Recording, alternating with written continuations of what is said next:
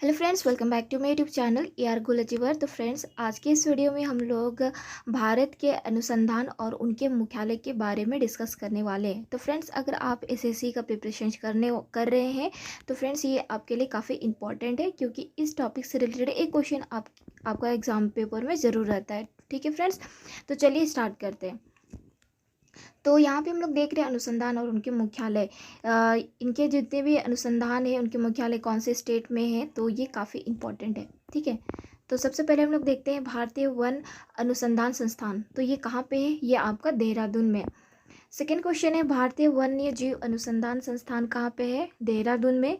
केंद्रीय पक्षी शोध संस्थान इज्जतनगर में है। राष्ट्रीय पर्यावरण शोध संस्थान आपका नागपुर में है। राष्ट्रीय ऊँट अनुसंधान संस्थान आपका बीकानेर में है। राष्ट्रीय भूभौतिकी अनुसंधान संस्थान आपका हैदराबाद में है। राष्ट्रीय पर्यावरण अभियांत्रिकी शोध संस्थान आपका नागपुर में है।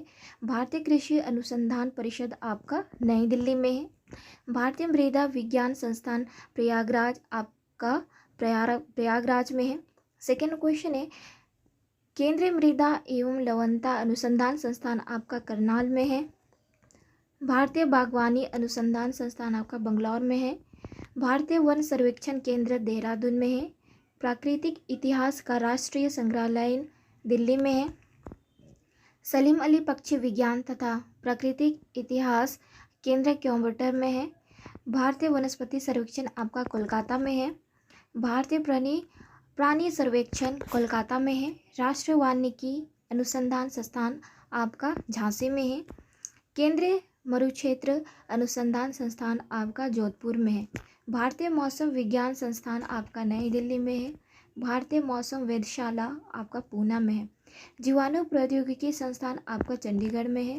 राष्ट्रीय वनस्पति विज्ञान संस्थान आपका लखनऊ में है। केंद्रीय खनन अनुसंधान केंद्र आपका धनबाद जो कि झारखंड में है। भारतीय रासायनिक जैविक संस्थान आपका कोलकाता में है। केंद्रीय ईंधन अनुसंधान संस्थान आपका जादूगोड़ा जो कि आपका झारखंड में। तो फ्रेंड्स, यहाँ पे जितने भी अनुसंधान और उनके मुख्यालय काफ़ी इम्पोर्टेंट है।